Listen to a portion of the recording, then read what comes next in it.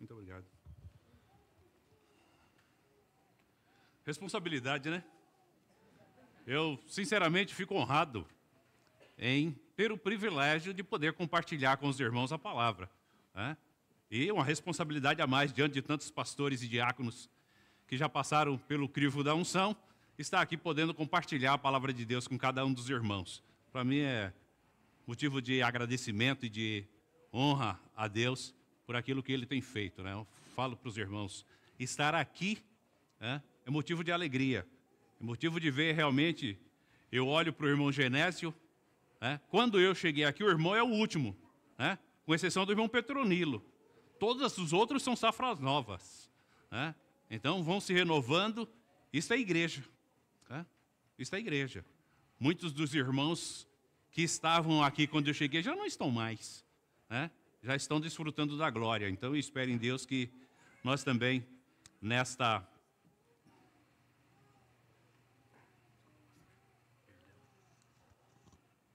Amém. Nesta corrida aí para o reino, um dia possamos chegarmos lá também, né? Então vamos aí. Não sei, olha, são 8 horas e 28 minutos. Eu falo o seguinte, quem não entendeu a mensagem em 15 minutos, não vai entender em meia hora, em 45 e em 1 hora não vai entender.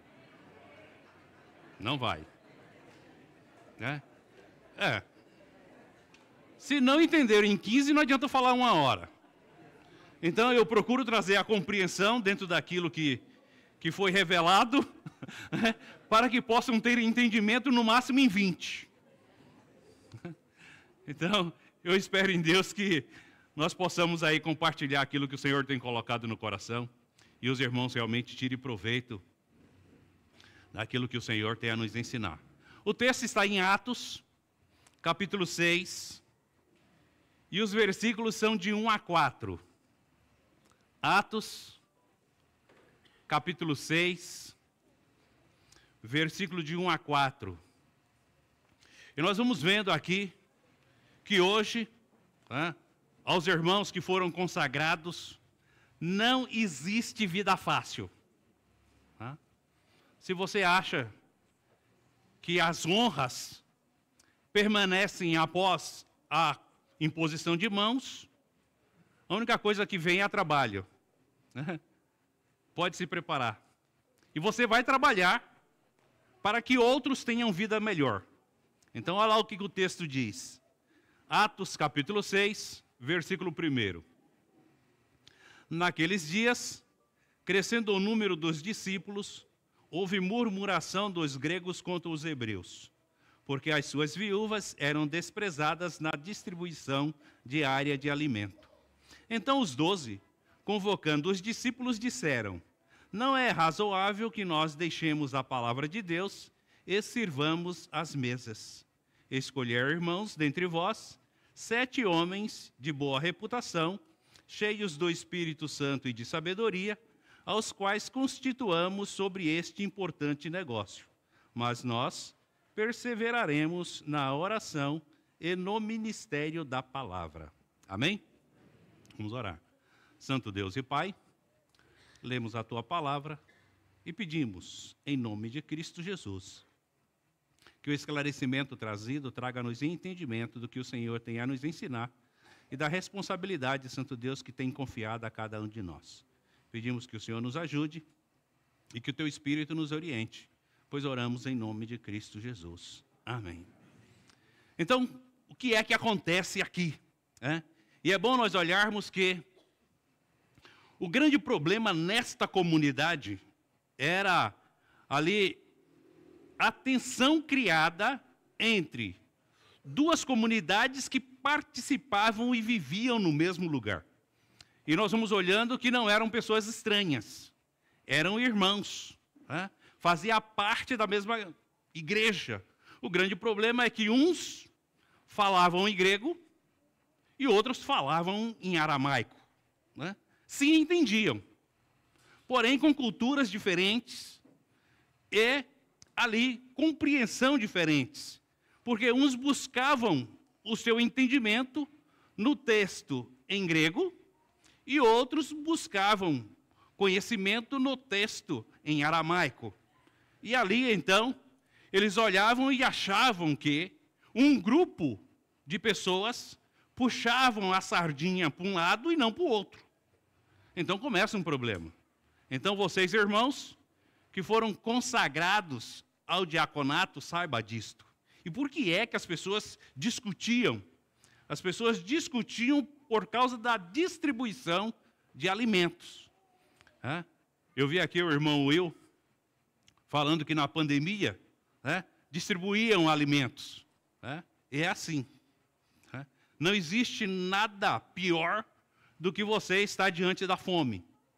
Então você só vai saber isso, o que é passando fome.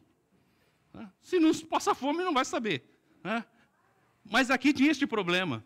E quando os gregos olhavam para os hebreus, ou os helenistas, em algumas traduções aí, está escrito helenistas, que são os gregos, que eram judeus, que nasceram na Palestina ou viviam na Palestina, mas eram judeus. E o outro grupo, também, os hebreus, que ali tendo a mesma nacionalidade, mas tinham ali certos privilégios. Então nós vamos olhando aqui e nós vamos vendo que essa distribuição de alimentos, por causa ali das necessidades das viúvas, então causou um desconforto entre os irmãos. E aí começa então a murmuração. O texto diz aqui que naqueles dias, crescendo o número dos discípulos, houve murmuração. Então, por que é que as pessoas murmuravam? Murmuravam por causa de entendimento diferente. Então, vocês, irmãos diáconos, vocês vão estar aí, a responsabilidade dos irmãos é atentar o tempo inteiro para a membresia da igreja. Eu vi que quando o pastor Neil olhava aqui, ele apontava, está vendo isso aqui? É responsabilidade de vocês. Deduzir, viu, pastor Neil? Vão estar olhando para aquilo que vocês fazem. E vocês podem ter certeza de uma coisa, sempre vai ter alguém murmurando. Sempre. Qual é a grande responsabilidade dos irmãos? É estar atento às murmurações e, ao invés de criar desconforto, apaziguar a situação. Então, a função diaconal vem aí acompanhada de uma responsabilidade. Então, muitas das vezes, o pastor, ele não vai estar atento a tudo, porque esta não é a função do pastor. Ele pode estar supervisionando, mas não é responsabilidade dele atentar às murmurações. Porque quem tem que estar atento são os que dão suporte a ele. Então criaram-se, aqui como diz o texto, vendo que havia murmuração, diante daquela situação, então, tanto gregos quanto judeus, por falta de entendimento, e criando ali um desconforto no âmbito da igreja. Então, o que os discípulos fazem? O que os pastores fizeram? Então, está lá, não tem 12, mas tem 2. Aqui. O que eles fizeram? Ele falou assim, irmãos, vamos fazer o seguinte, olha o que o texto diz. Então, os 12, convocando os discípulos, disseram, não é razoável que deixemos a palavra de Deus e sirvamos a mesa. Então, o que os pastores fazem? Quando há serviço, além das suas responsabilidades, eles convidam alguém para dar suporte. Então, aqui, o negócio não é culpar. Os pastores não estão aqui para culpar, mas os pastores estão aqui para olhar para aquilo que está acontecendo e falar para os diáconos, irmãos, há injustiça no serviço praticado pela igreja? Se há, levante aqui qual que é a causa. Vê o que é que causa desconforto. Vê por cá o que é que está causando desentendimento. E foi esta a percepção dos pastores aqui, que eram os apóstolos. Então vê o que está acontecendo. Porque se acontece alguma coisa, nós temos que estar sensíveis a esta questão. E nós não podemos deixar a membresia passar por dificuldades. texto aqui vai nos mostrando que ali a igreja, né, através dos seus pastores, eles vão falar assim: irmãos, nós não podemos nos envolver com isto. Esta não foi a responsabilidade dada a nós, né? O que é que nós temos sentido? Qual é a percepção que nós temos? Nós precisamos ajudar estas pessoas. Mas o meu ministério, Deus me chamou para ministrar e orar. Então, qual é a responsabilidade dos irmãos? Atente-se para aquilo que está acontecendo. Irmãos diáconos, tá? A função dos irmãos é entender que Deus chamou pastores para pregar, ensinar a palavra e orar, conduzir a igreja em oração. Aquilo que passa disto não é responsabilidade do pastor. Porque enquanto os apóstolos oravam, eles tiveram o entendimento, né? Eles foram capacitados por Deus para olhar para a igreja e saber que o ministério não funcionaria somente com o ministério pastoral ou só com o ministério apostólico. Era necessário, obedecendo à palavra de Deus, não só, né, ter os apóstolos, mas também ter os diáconos. Então vocês foram chamados por um discernimento espiritual dado aos apóstolos para que pudesse servir a igreja. Olha que coisa interessante. O pessoal fala assim: não, vamos lá, vamos colocar a gente aqui. Mas não foi assim que aconteceu.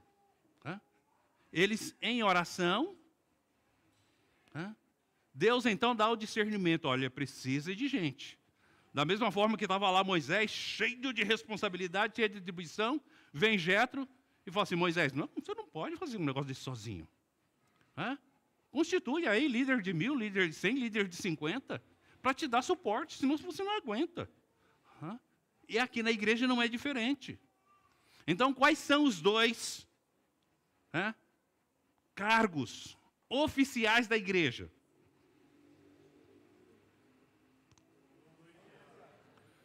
Tá. Amém. Pelo menos prestar atenção na confissão de fé dos irmãos aqui. São pastores e diáconos. Por que que isso acontece, irmãos?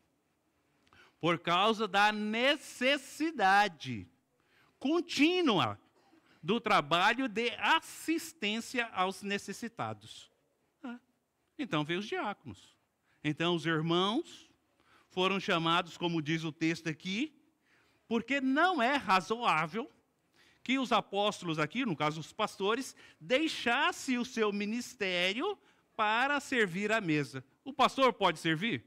Pode, né? O pastor Viana fala assim: não, eu sou pastor, mas antes de ser pastor, né, eu já vi essa confissão dele várias vezes, eu fui chamado para servir. Né? Foi chamado para servir. Não vai deixar isso de lado. Vai continuar servindo. Mas ele pode deixar a ministração da palavra para servir? Não. Não. Porque não é razoável. Se tem outras pessoas, aqueles que sentem no coração o desejo de servir, que sirvam. Então nós vamos vendo aqui vários irmãos se prontificando para servir. Todos podem servir? Podem. E não só podem, como devem. Então, se nós perguntássemos aqui na igreja: quem é voluntário? Todos têm que ser voluntário. Todos. Não existe quem não seja. Agora, quem é que vai estar sendo usado oficialmente para servir? Aí então faz diferença entre um serviço e outro. Quando nós olhamos aqui para o versículo 3 do capítulo 6, ele diz: escolhei, irmãos, dentre vós 7 homens de boa reputação, cheios do Espírito Santo e de sabedoria, aos quais constituamos sobre este importante negócio. Então aqui, eles não escolheram 7, né? Simplesmente você, não, vamos pegar 7 aqui. Não. Isso já fazia parte, né? Já estava inserido na cultura ali um processo de escolha de pessoas para que pudessem servir na comunidade judaica local. E como é que eles escolhiam estes homens? Escolhiam 7 homens, né, que já tinham conhecimento da comunidade, e então pegavam estes homens, pelo seu bom comportamento, colocavam para servir. Isso era comum, né? Então esses 7 homens eram ali escolhidos, né, e eles eram conhecidos por serem os 7 homens da cidade, com boa reputação, e servia a comunidade. Só que na igreja, não basta só ter boa reputação. Não basta. Então, quando a igreja escolhe aqui, o que é que eles falam? Né? Irmãos, nós vamos escolher 7 homens, faz parte já da nossa cultura, escolhermos 7 para servir. Porém, eles não vão servir só a comunidade. Eles vão servir a igreja, né? E, neste caso, os que forem escolhidos para servir a igreja, eles têm, além de ter boa conduta, têm que ser cheios do Espírito Santo e sabedoria. E aí, agora, o que é que a igreja faz? Né? A igreja, então, orientada pelo seu pastor, fala, irmãos, observe esses homens. Não tem o que fazer. Né? Quais destes homens que nós temos aqui, né, tem boa reputação, é cheio do Espírito Santo e tem sabedoria? Aí a igreja vai falar assim, irmãos, nós temos observado esses irmãos. Irmãos, temos observado esse outro. Temos observado esse outro. É assim que funciona. Então, quando os irmãos vêm aqui, né, e o pastor Elias ali fala assim, irmãos, tem alguma pergunta para fazer? O pessoal vai se calar. Por quê? Porque a igreja já fez isso. A igreja já fez. E se estão aqui, tem a aprovação da igreja. Porque se não tivesse, não estaria aqui. Olha que coisa interessante. Aqui não era feito diferente. E então nós vamos olhando aqui que estas pessoas, estes homens, né, tendo o conhecimento do seu bom comportamento e sendo chamado para servir a igreja, escolhido, então agora estes homens aqui, cheios do Espírito Santo, e o cheio do Espírito Santo aqui não é... não. Porque senão não estava de acordo com o serviço prestado. Né? Poderia, ou posteriormente isso poderia acontecer? Poderia. Poderia. Tanto é que a gente vê aqui, dentre os 7, 2, né, que depois tiveram dons miraculosos e fizeram milagres, fizeram prodígios. Mas não era este o propósito. O propósito era escolher homens cheios do Espírito Santo para servir. O que vem depois é a consequência. E tivesse sabedoria. Isso é, habilidade para tratar o serviço de forma que trouxesse resultado satisfatório para o que foram escolhidos. Amém? Para o que foram escolhidos. Então é bom nós olharmos isso aqui. O requerimento aqui é requerimento espiritual. E nós vamos olhando que a cada instante, irmãos, nós vamos olhando para as pessoas. E vamos vendo que Deus vai capacitando. E olha o que o texto diz. Escolhei esses irmãos para que constituamos sobre este importante negócio. E quando você vai olhando para aqueles que estão aqui, o que é que a igreja espera desses irmãos? Que eles trabalhem e trabalhem bem.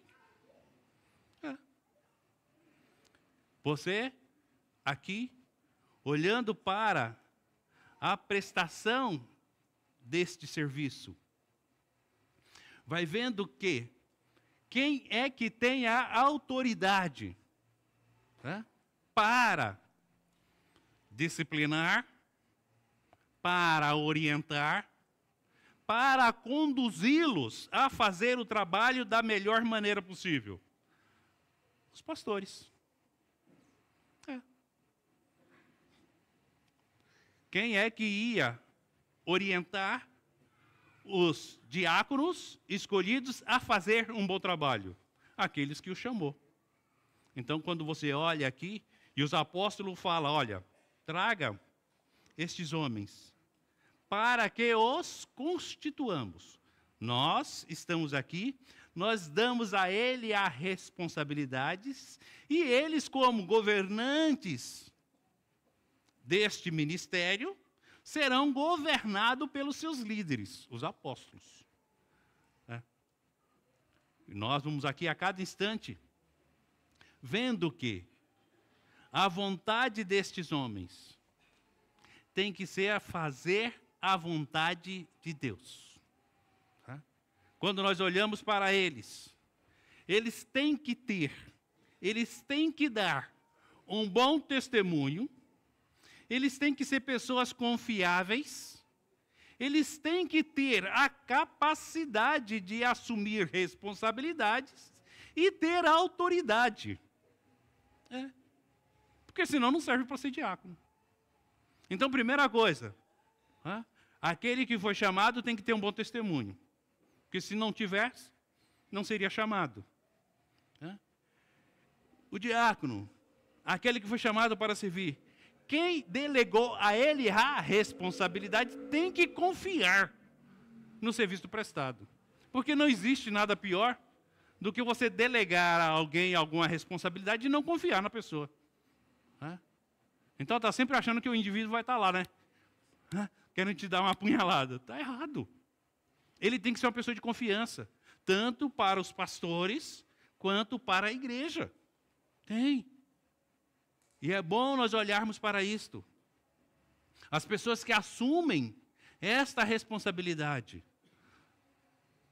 têm que entender que se ele trair quem o chamou, ele está traindo o próprio Deus. E ele não vai continuar. Porque ele, por si só, ele vai sair do ministério. É assim que funciona.